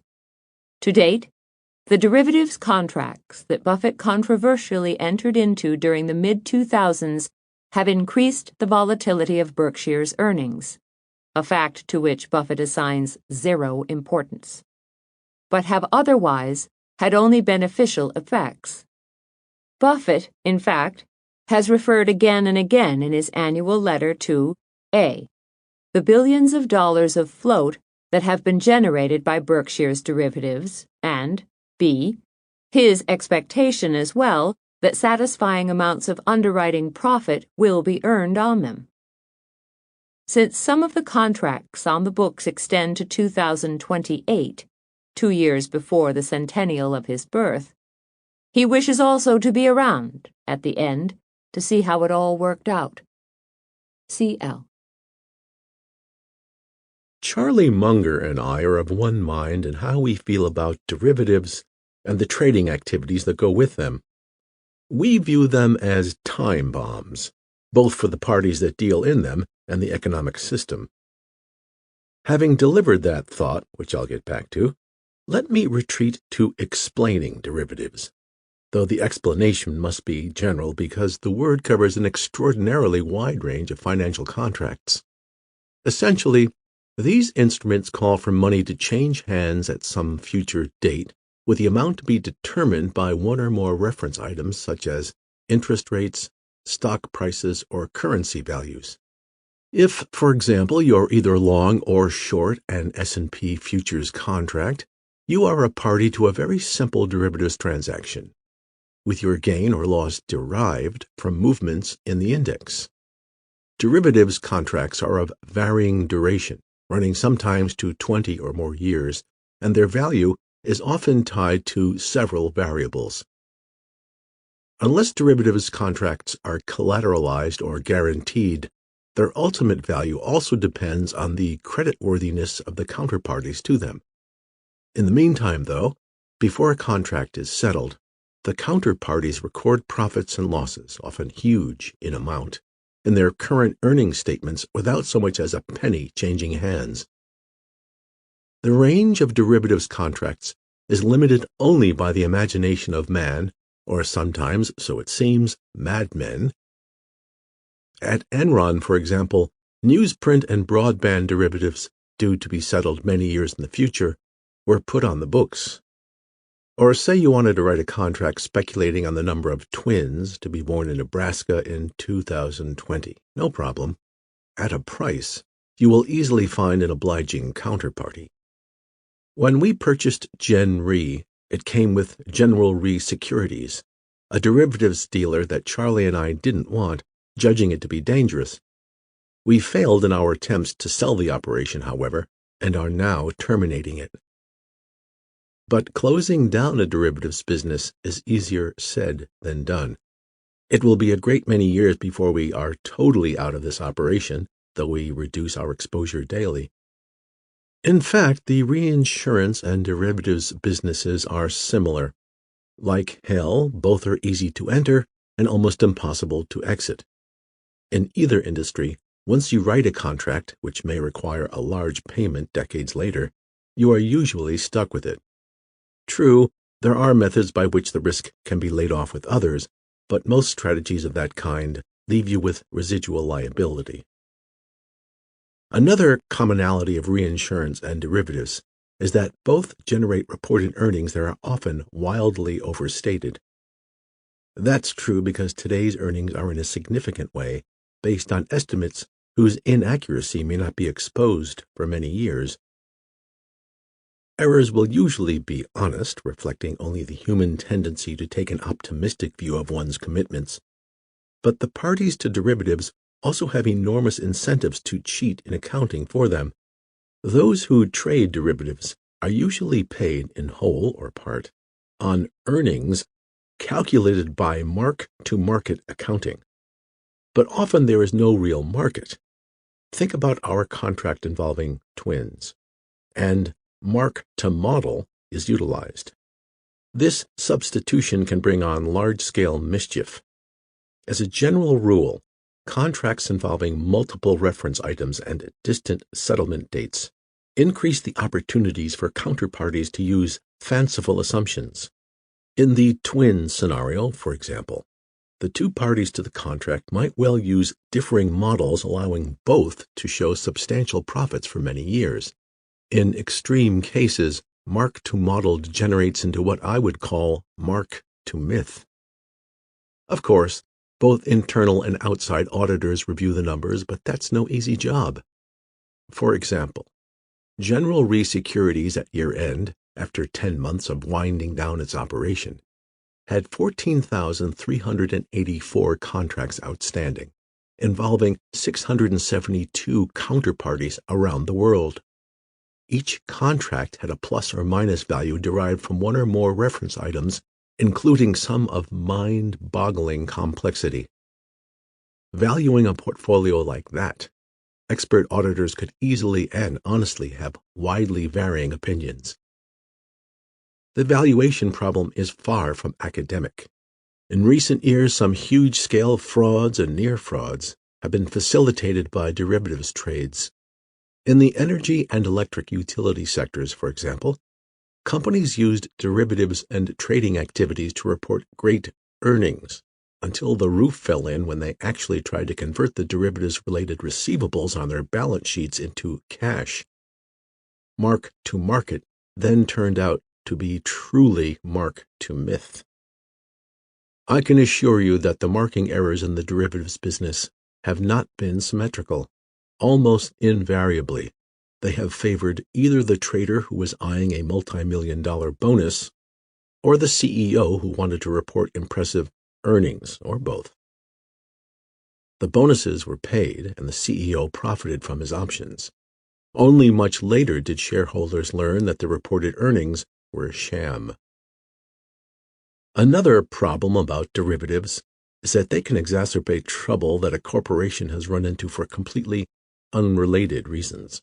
This pile-on effect occurs because many derivatives contracts require that a company suffering a credit downgrade immediately supply collateral to counterparties. Imagine, then, that a company is downgraded because of general adversity and that its derivatives instantly kick in with their requirements, imposing an unexpected and enormous demand for cash collateral on the company. The need to meet this demand can throw the company into a liquidity crisis that may, in some cases, trigger still more downgrades. It all becomes a spiral that can lead to a corporate meltdown. Derivatives can also create a daisy chain risk that is akin to the risk run by insurers or reinsurers that lay off much of their business with others. In both cases, huge receivables from many counterparties tend to build up over time. At Gen Re Securities, we still have $6.5 billion of receivables, though we've been in liquidation mode for nearly a year. A participant may see himself as prudent, believing his large credit exposures to be diversified and therefore not dangerous. Under certain circumstances, though, an exogenous event that causes the receivable from Company A to go bad will also affect those from companies B through Z. History teaches us that a crisis often causes problems to correlate in a manner undreamed of in more tranquil times. In banking, the recognition of a linkage problem was one of the reasons for the formation of the Federal Reserve System. Before the Fed was established, the failure of weak banks would sometimes put sudden and unanticipated liquidity demands on previously strong banks, causing them to fall in turn. The Fed now insulates the strong from the troubles of the weak. But there is no central bank assigned to the job of preventing the dominoes toppling in insurance or derivatives. In these industries, firms that are fundamentally solid can become troubled simply because of the travails of other firms further down the chain. When a chain reaction threat exists within an industry, it pays to minimize links of any kind. That's how we conduct our reinsurance business, and it's one reason we are exiting derivatives. Many people argue that derivatives reduce systematic problems, and that participants who can't bear certain risks are able to transfer them to stronger hands. These people believe that derivatives act to stabilize the economy, facilitate trade, and eliminate bumps for individual participants. And on a micro level, what they say is often true. Indeed, at Berkshire, I sometimes engage in large-scale derivatives transactions in order to facilitate certain investment strategies. Charlie and I believe, however, that the macro picture is dangerous and getting more so. Large amounts of risk, particularly credit risk, have become concentrated in the hands of relatively few derivatives dealers, who in addition trade extensively with one another. The troubles of one could quickly infect the others. On top of that, these dealers are owed huge amounts by non-dealer counterparties. Some of these counterparties, as I've mentioned, are linked in ways that could cause them to contemporaneously run into a problem because of a single event, such as the implosion of the telecom industry or the precipitous decline in the value of merchant power projects. Linkage, when it suddenly surfaces, can trigger serious systemic problems. Indeed, in 1998, the leveraged and derivatives-heavy activities of a single hedge fund, long-term capital management, caused the Federal Reserve anxieties so severe that it hastily orchestrated a rescue effort. In later congressional testimony, Fed officials acknowledged that, had they not intervened, the outstanding trades of LTCM, a firm unknown to the general public and employing only a few hundred people, could well have posed a serious threat to the stability of American markets. In other words, the Fed acted because its lenders were fearful of what might have happened to other financial institutions had the LTCM domino toppled. And this affair, though it paralyzed many parts of the fixed income market for weeks, was far from a worst-case scenario. One of the derivatives instruments that LTCM used was total return swaps, contracts that facilitate 100% leverage in various markets, including stocks. For example, Party A to a contract, usually a bank, puts up all of the money for the purchase of a stock, while Party B, without putting up any capital, agrees that at a future date it will receive any gain or pay any loss that the bank realizes. Total return swaps of this type make a joke of margin requirements. Beyond that, other types of derivatives severely curtail the ability of regulators to curb leverage and generally get their arms around the risk profiles of banks, insurers, and other financial institutions. Similarly, even experienced investors and analysts encounter major problems in analyzing the financial condition of firms that are heavily involved with derivatives contracts. When Charlie and I finished reading the long footnotes detailing the derivatives activities of major banks, the only thing we understand is that we don't understand how much risk the institution is running. The derivatives genie is now well out of the bottle, and these instruments will almost certainly multiply in variety and number until some event makes their toxicity clear. Knowledge of how dangerous they are has already permeated the electricity and gas businesses, in which the eruption of major troubles caused the use of derivatives to diminish dramatically. Elsewhere, however, the derivatives business continues to expand unchecked. Central banks and governments have so far found no effective way to control or even monitor the risks posed by these contracts. Charlie and I believe Berkshire will be a fortress of financial strength for the sake of our owners, creditors, policyholders, and employees. We try to be alert to any sort of mega catastrophe risk, and that posture may make us unduly apprehensive about the burgeoning quantities of long-term derivatives contracts and the massive amount of uncollateralized receivables that are growing alongside. In our view, however, derivatives are financial weapons of mass destruction, carrying dangers that, while now latent, are potentially lethal. Where we're putting our money now. March 17, 2003. A second excerpt from Buffett's letter to shareholders in the 2002 annual report. We continue to do little in equities. Charlie and I are increasingly comfortable with our holdings in Berkshire's major investees because most of them have increased their earnings while their valuations have decreased. But we are not inclined to add to them. Though these enterprises have good prospects, we don't yet believe their shares are undervalued. In our view, the same conclusion fits stocks generally. Despite 3 years of falling prices, which have significantly improved the attractiveness of common stocks, we still find very few that even mildly interest us. That dismal fact is testimony to the insanity of valuations reached during the Great Bubble. Unfortunately, the hangover may prove to be proportional to the binge. The aversion to equities that Charlie and I exhibit today is far from congenital. We love owning common stocks if they can be purchased at attractive prices. In my 61 years of investing, 50 or so years have offered that kind of opportunity. There will be years like that again, unless, however, we see a very high probability of at least 10% pre-tax returns, which translate to 6% to 7% after corporate tax. We will sit on the sidelines. With short-term money returning less than 1% after tax, sitting it out is no fun. But occasionally, successful investing requires inactivity. Last year we were, however, able to make sensible investments in a few junk bonds and loans. Overall, our commitments in this sector sextupled, reaching $8.3 billion by year-end. Investing in junk bonds and investing in stocks are alike in certain ways. Both activities require us to make a price-value calculation and also to scan hundreds of securities to find the very few that have attractive reward-to-risk ratios. But there are important differences between the two disciplines as well.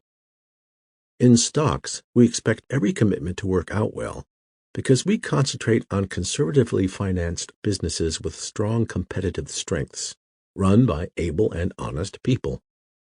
If we buy into these companies at sensible prices, losses should be rare. Indeed, during the 38 years we have run the company's affairs, gains from the equities we manage at Berkshire, that is, excluding those managed at General Re Cologne and Geico, have exceeded losses by a ratio of about 100-1. Purchasing junk bonds, we are dealing with enterprises that are far more marginal. These businesses are usually overloaded with debt and often operate in industries characterized by low returns on capital. Additionally, the quality of management is sometimes questionable. Management may even have interests that are directly counter to those of debt holders. Therefore, we expect that we will have occasional large losses in junk issues. So far, however, we have done reasonably well in this field. The Sage Goes to Asia, May 26, 2003, by Clay Chandler. Remember that Warren Buffett line about how, if he taught business school, he'd ask every student to compute the value of an internet company and then flunk anyone who answered?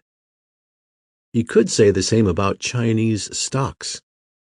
The People's Republic may boast the world's fastest-growing economy, but the finances of its publicly traded companies are as murky as the Yangtze. So why is the Sage of Omaha boosting his stake in Beijing's biggest state oil firm, PetroChina? In April, Buffett's Berkshire Hathaway socked $50 million into PetroChina, increasing its stake to more than 13% of the company's publicly traded equities. Citigroup's Thomas Hibelt said the Buffett effect drove the stock up 12% in a week.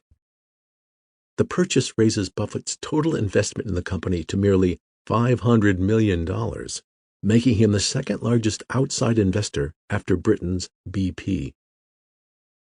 It's tough to square PetroChina with the buy what you know mantra that has helped make Buffett the world's second richest man. This is a guy who for decades has mainly stuck to businesses in his own backyard. Investors hoping for an explanation at Berkshire Hathaway's annual meeting in May didn't find one. "We think we understand the oil business in China reasonably well," Buffett said. "We don't make any great judgments about China." Countless investors have been burned over the years betting against Buffett. Still, some China analysts question the move. There must be some other reason for it, speculates CSFB's Peter Best. Viewed from a computer screen on the other side of the earth, PetroChina, which produces 2/3 of China's oil and natural gas, may look like a winner. China guzzles more than 5 million barrels of oil a day, and that thirst will surely grow. Car sales surged nearly 60% last year, and PetroChina, which trades at about 7 times earnings, looks like a steal compared with ExxonMobil's PE of 15. But there are reasons to worry that Buffett's PetroChina claim will come up dry. The company's 3 main oil fields have been thoroughly plumbed. Management has kept production stable, but observers say that has come with unsustainable outlays on exploration. Others question PetroChina's bloated payroll of 400,000 workers. Cost concerns are a key reason some investors favor CNOOC, the China National Offshore Oil Corp, as the smarter China oil play. Investors give CNOOC higher marks for corporate governance, and its annual revenue has grown by 13% over the past 3 years versus 4% for PetroChina. Then again, PTR has Buffett. Editor's note: Berkshire sold its PetroChina stock in 2007, and here is what Buffett said in that year's annual report about the holding. Quote, "In 2002 and 2003, Berkshire bought 1.3% of PetroChina for $488 million, a price that valued the entire business at about $37 billion. Charlie and I felt that the company was worth about $100 billion. By 2007, 2 factors had materially increased its value. The price of oil had climbed significantly, and PetroChina's management had done a great job in building oil and gas reserves. In the second half of last year, the market value of the company rose to $275 billion, about what we thought it was worth compared to other giant oil companies. So we sold our holdings for $4 billion. The price of PetroChina stock fell off a cliff at the very end of 2007 and has never returned to its bull market levels. So Buffett made a good sale. On the other hand, he piled money into another oil company, ConocoPhillips, in 2007 and 2008, with terrible timing, he said soon after, because oil prices promptly fell. In 2009 and 2010, Berkshire sold about 2/3 of its ConocoPhillips position. The losses Berkshire took on that oil investment roughly balanced what it had made on PetroChina. The power issue. From The 25 Most Powerful People in Business, August 11, 2003. Excerpts from an article by Jerry Useem. Editor's note. This article began with a description of a Sun Valley golf game in July 2003 that the writer thought might have established, quote, a new record for aggregate economic might. The players, quote, they included the CEO of the world's largest company, the world's most successful investor, and the world's richest man. Picture all that clout piled into one battery-powered cart, and you have the right visual for opening this power issue. Move past a dozen or so paragraphs about the meaning of power to the editor's discussion of who should be first on the list. Said the article, and we quote several paragraphs. After several months of internal debate about our power list, two things became clear. First, that power is a really deep topic. Second, that any list we published would provoke the same howls of protest and counter-protest that filled our offices. And yet, in one area, a strange civility broke out. When it came to deciding the list's highest slots, there was something close to unanimity. In fact, we narrowed the top 3 contenders to a trio who, coincidentally, and on the Bible here, were set to play golf in Sun Valley. We had our 3 biggest fish. That left the question, who's the kingfish? There's no debating who runs the most powerful company. Lee Scott's Walmart is reshaping about 20 industries at once, and would probably qualify for a seat on the UN Security Council if that body's membership weren't limited to countries. Yet Scott may be the most replaceable of the 3. Bill Gates, as lead brain in a company powered by brain power, is still Mr. Microsoft. And as Huck Finn might have said, he's got a powerful amount of green stuff to go with his gray. Yet the company's $46 billion war chest is only potential and unrealized power unless it finds new behavior-changing ways to use it. Lately, Microsoft has been parceling it out to investors as dividends. Which brings us to our 3rd golfer.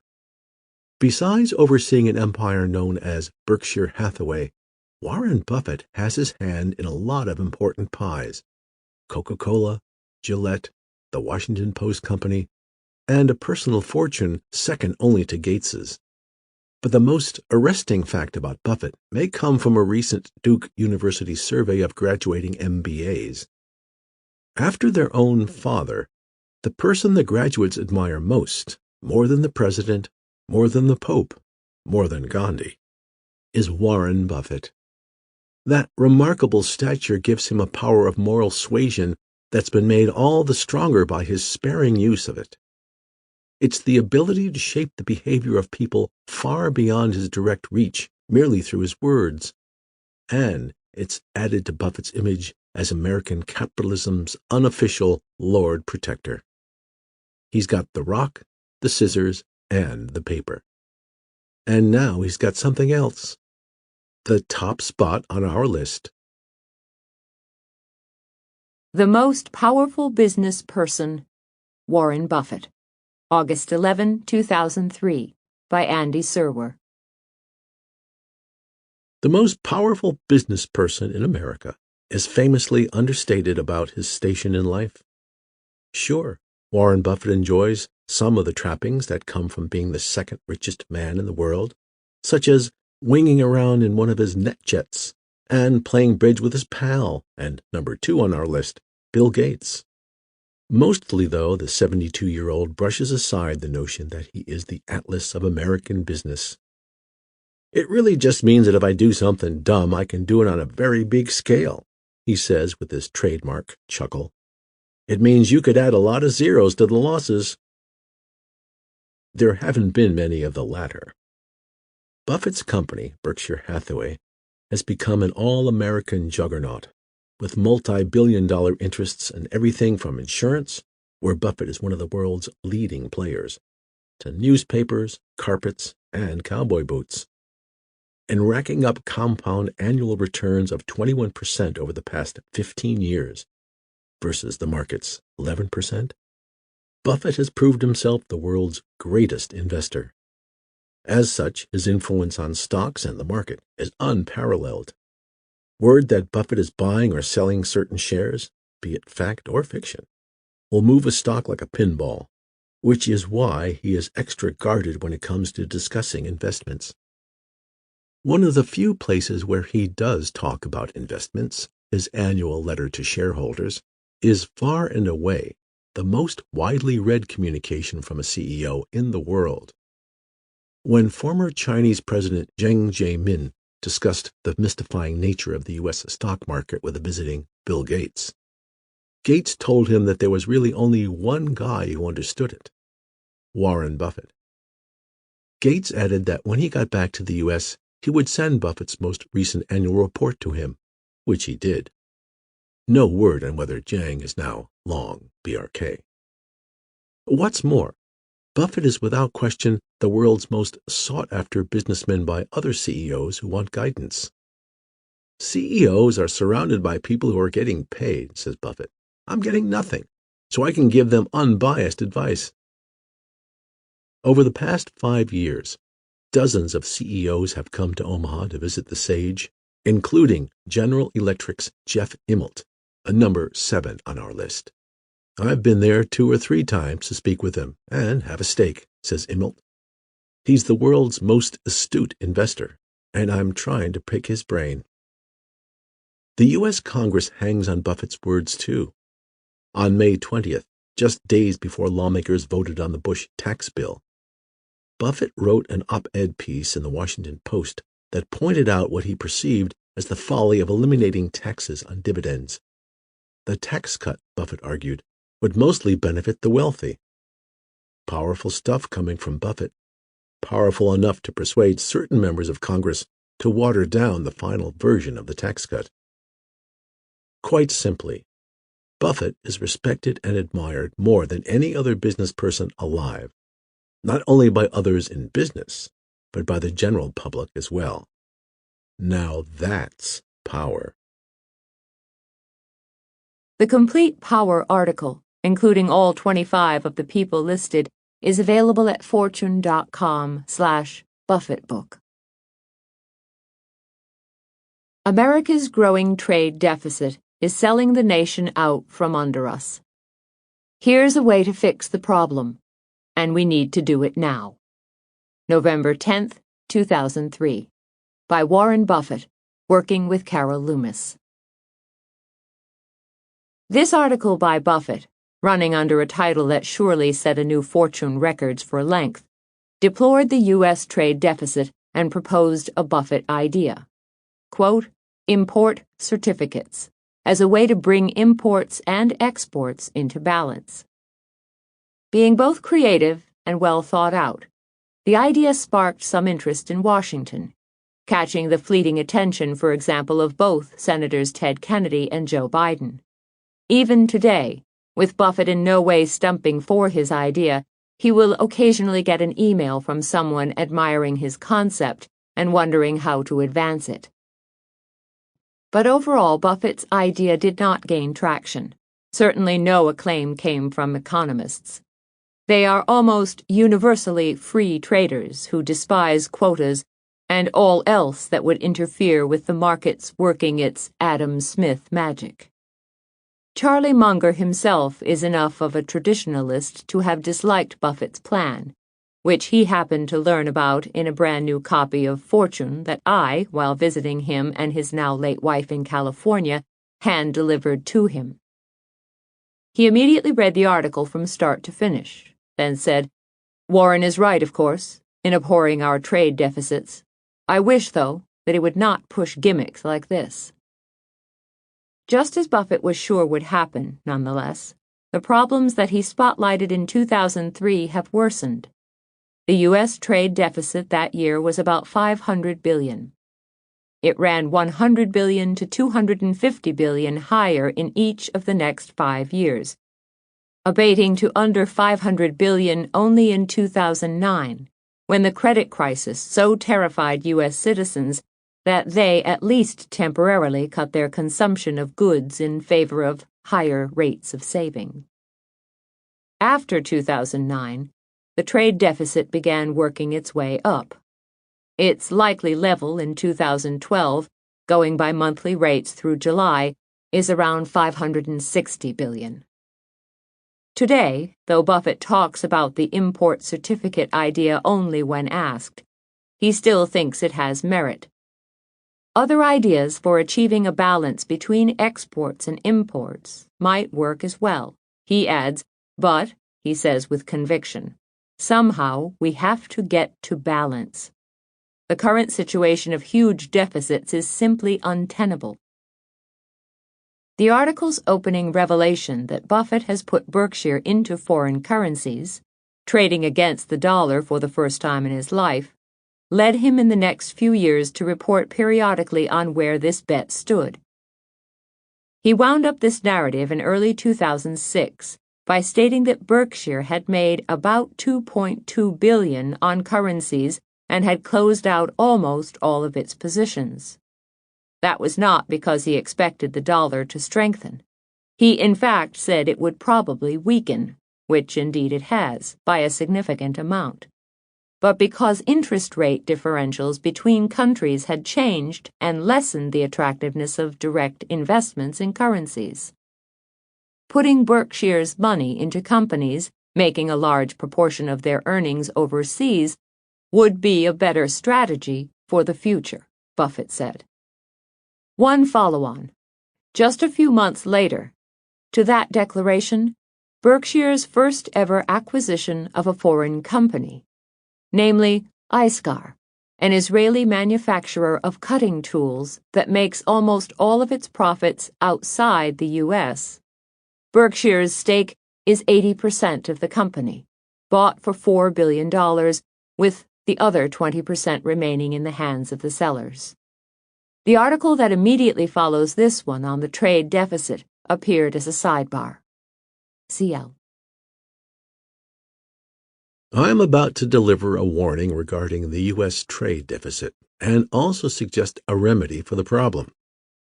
But first, I need to mention 2 reasons you might want to be skeptical about what I say. To begin, my forecasting record with respect to macroeconomics is far from inspiring. For example, over the past 2 decades, I was excessively fearful of inflation. More to the point at hand, I started way back in 1987 to publicly worry about our mounting trade deficits, and as you know, we've not only survived but also thrived. So on the trade front, score at least 1 wolf for me. Nevertheless, I am crying wolf again, and this time backing it with Berkshire Hathaway's money. Through the spring of 2002, I had lived nearly 72 years without purchasing a foreign currency. Since then, Berkshire has made significant investments in, and today holds, several currencies. I won't give you the particulars. In fact, it is largely irrelevant which currencies they are. What does matter is the underlying point. To hold other currencies is to believe that the dollar will decline. Both as an American and as an investor, I actually hope these commitments prove to be a mistake. Any profits Berkshire might make from currency trading would pale against the losses the company and our shareholders, in other aspects of their lives, would incur from a plunging dollar. But as head of Berkshire Hathaway, I am in charge of investing its money in ways that make sense. And my reason for finally putting my money where my mouth has been so long is that our trade deficit has greatly worsened to the point where our country's net worth, so to speak, is now being transferred abroad at an alarming rate. Perpetuation of this transfer will lead to major trouble. To understand why, take a wildly fanciful trip with me to two isolated side-by-side islands of equal size, Squanderville and Thriftville. Land is the only capital asset in these islands, and their communities are primitive, needing only food and producing only food. Working 8 hours a day, in fact, each inhabitant can produce enough food to sustain himself or herself. And for a long time, that's how things go along.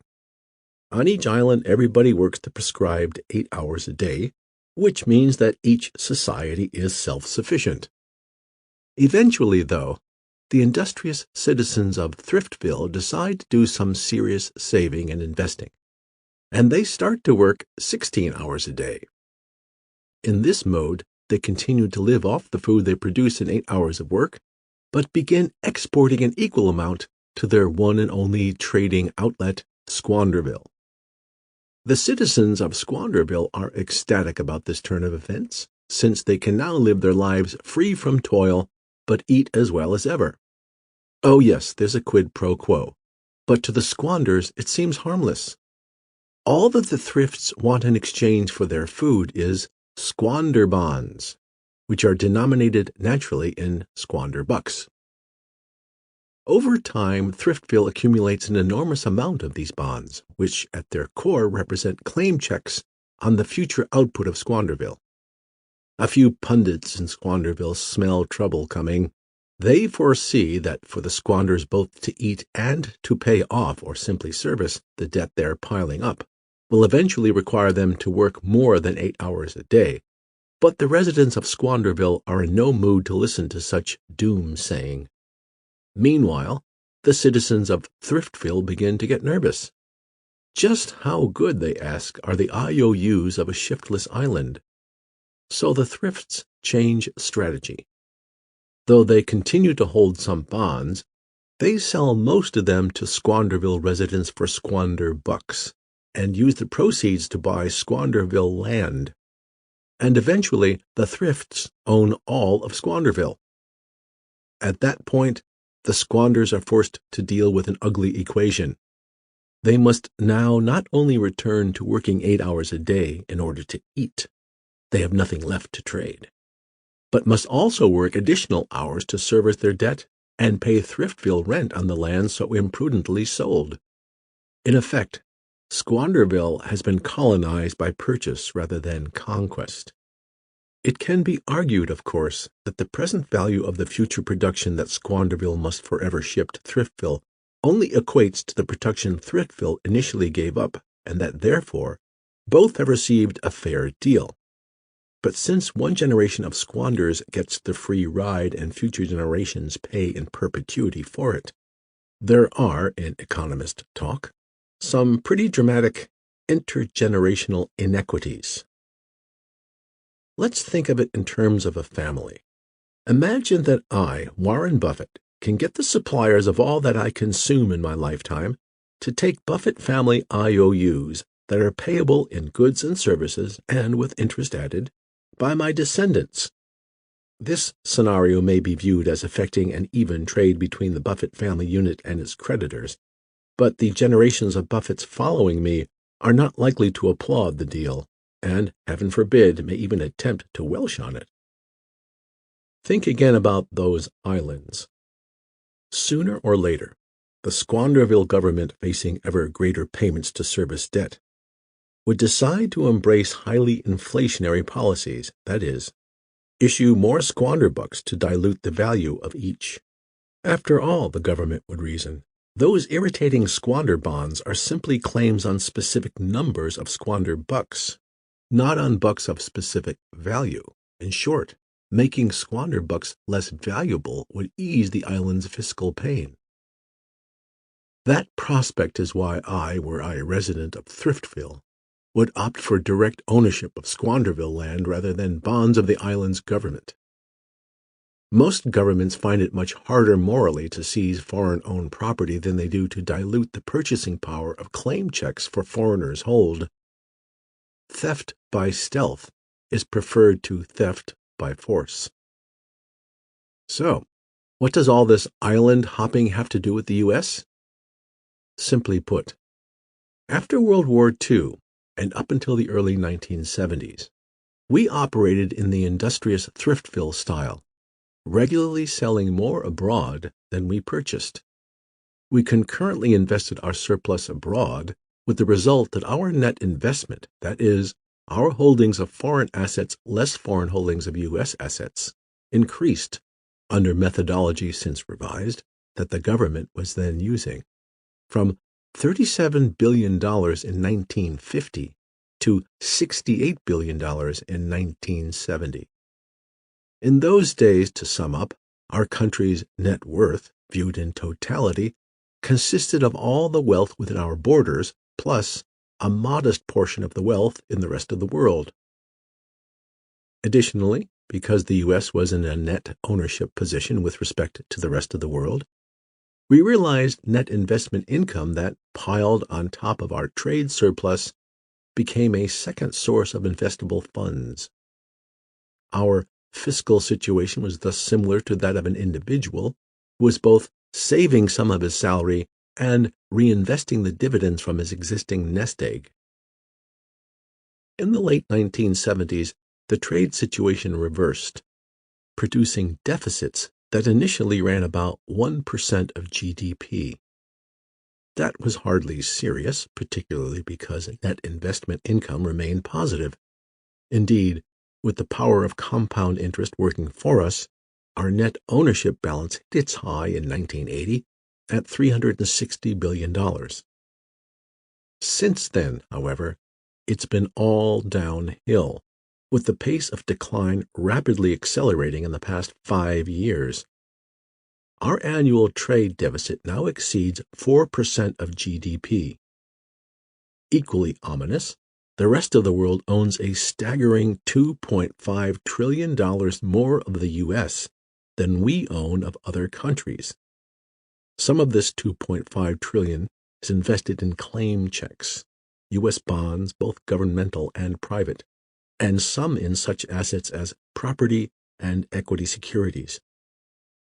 In effect, our country has been behaving like an extraordinarily rich family that possesses an immense farm.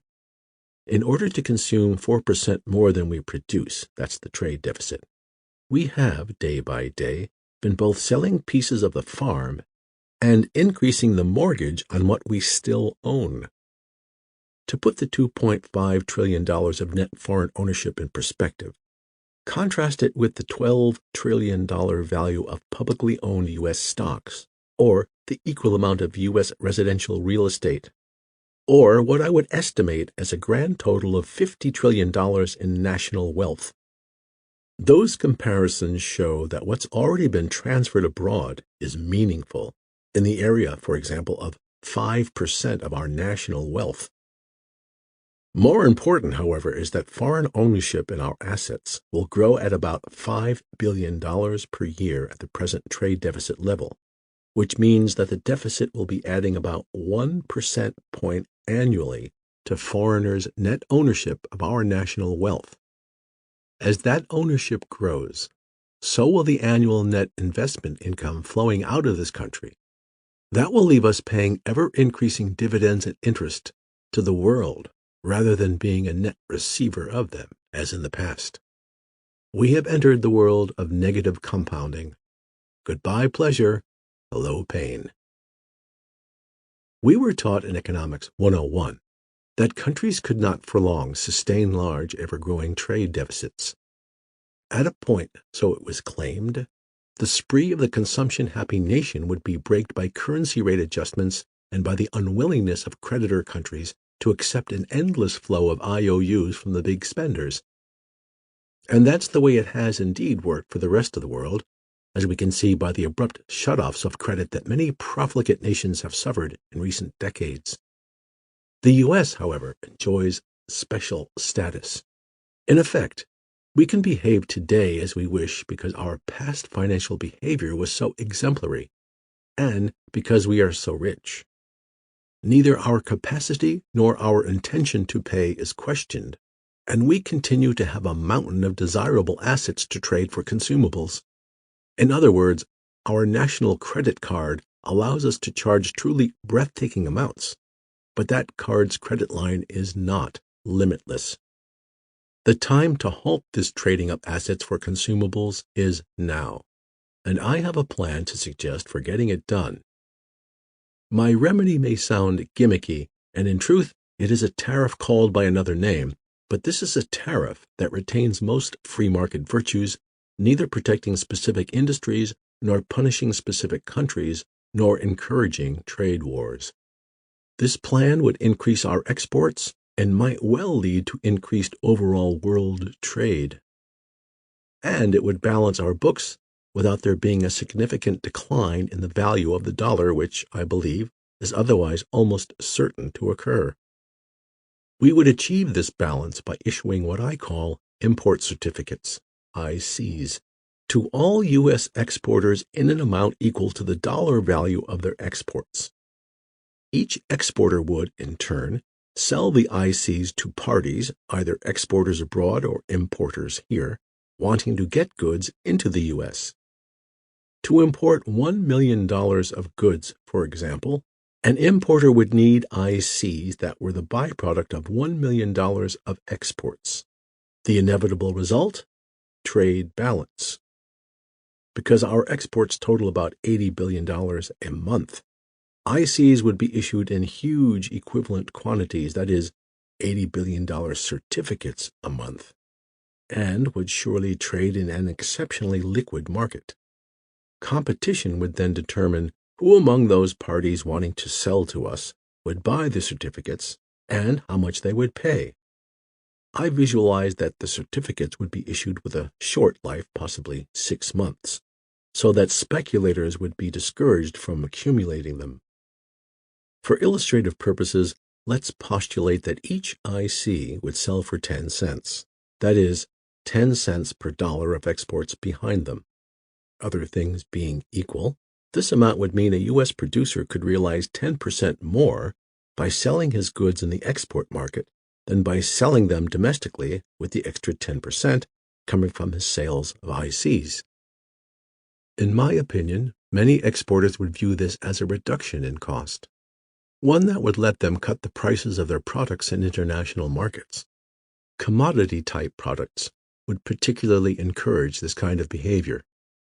If aluminum, for example, was selling for 66 cents per pound domestically, and ICs were worth 10%, domestic aluminum producers could sell for about 60 cents per pound, plus transportation costs, in foreign markets, and still earn normal margins.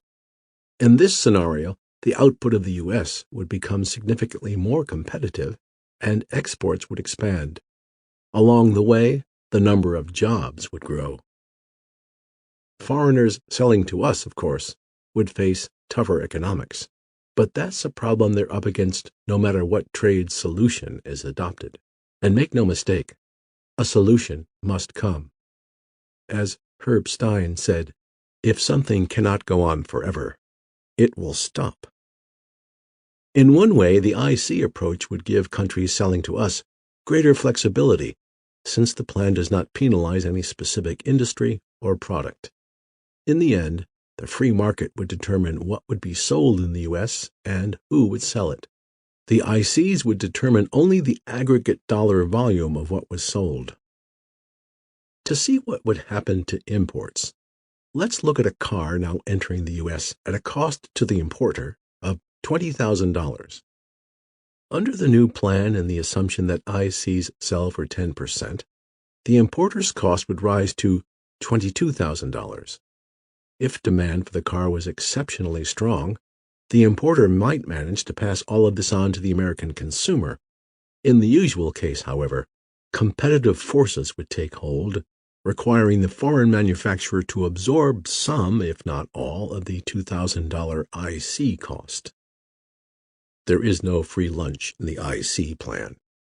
It would have certain serious negative consequences for U.S. citizens. Prices of most imported products would increase, and so would the prices of certain competitive products manufactured domestically. The cost of the ICs, either in whole or in part, would therefore typically act as a tax on consumers. That is a serious drawback. But there would be drawbacks also to the dollar continuing to lose value, or to our increasing tariffs on specific products, or instituting quotas on them, courses of actions that, in my opinion, offer a smaller chance of success. Above all, the pain of higher prices on goods imported today dims beside the pain we will eventually suffer if we drift along and trade away ever larger portions of our country's net worth. I believe that ICs would produce rather promptly a U.S. trade equilibrium well above present export levels, but below present import levels. The certificates would moderately aid all our industries in world competition, even as the free market determined which of them ultimately met the test of comparative advantage. This plan would not be copied by nations that are net exporters because their ICs would be valueless. Would major exporting countries retaliate in other ways? Would this start another Smoot-Hawley tariff war? Hardly. At the time of Smoot-Hawley, we ran an unreasonable trade surplus that we wished to maintain. We now run a damaging deficit that the whole world knows we must correct. For decades, the world has struggled with a shifting maze of punitive tariffs, export subsidies, quotas, dollar-locked currencies, and the like. Many of these import-inhibiting and export-encouraging devices have long been employed by major exporting countries trying to amass ever larger supplies, yet significant trade wars have not erupted. Surely one will not be precipitated by a proposal that simply aims at balancing the books of the world's largest trade debtor. Major exporting countries have behaved quite rationally in the past, and they will continue to do so, though, as always, it may be in their interest to attempt to convince us that they will behave otherwise. The likely outcome of an IC plan is that the exporting nations, after some initial posturing, will turn their ingenuity to encouraging imports from us. Take the position of China, which today sells us about $140 billion of goods and services annually, while purchasing only $25 billion. Were ICs to exist, one course for China would be simply to fill the gap by buying 115 billion certificates annually. But it could, alternatively, reduce its need for ICs by cutting its exports to the U.S., or by increasing its purchases from us. This last choice would probably be the most palatable for China, and we would wish it to be so. If our exports were to increase, and the supply of ICs were therefore to be enlarged, their market price would be driven down. Indeed, if our exports expanded sufficiently, ICs would be rendered valueless and the entire plan made moot. Presented with the power to make this happen, important exporting countries might quickly eliminate the mechanisms they now use to inhibit exports from us. Were we to install an IC plan, we might opt for some transition years in which we deliberately ran a relatively small deficit, a step that would enable the world to adjust as we gradually got to where we needed to be. Carrying this plan out, our government could either auction bonus ICs every month, or simply give them, say, to less developed countries needing to increase their exports.